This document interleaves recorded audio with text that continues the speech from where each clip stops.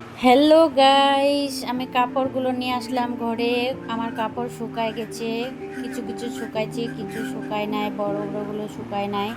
এই যে নিয়ে চলে আসলাম ঘরের মধ্যে, বেড কভার লাগাই দিলাম।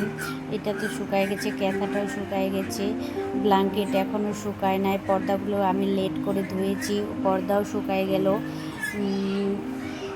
এই মাত্র আমি স্নান করলাম, স্নান করে এখন খাওয়া দাওয়া করলাম। খাওয়া দাওয়া করে এখনও আমি রেস্ট করতে পারি নাই। আজকে এত কাজ করছি, আমি কি বলবো তোমাদেরকে, তোমরা আমাকে দেখতেই পারতেছো। এখনও আমি রেস্ট করি নাই, এখন একটু এগুলো গুছাই, রেস্ট করব, শুয়ে থাকবো।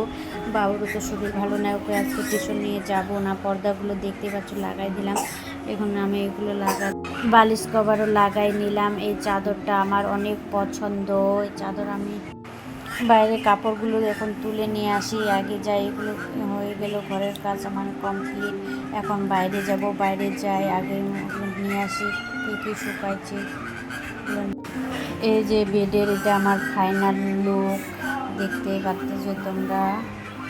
এই বেড কভারটা আমার অনেক স্মৃতি জমে আছে। এই বেড কভার আমার অনেক পছন্দ, বিয়ে নতুন নতুন নিয়েছিলাম।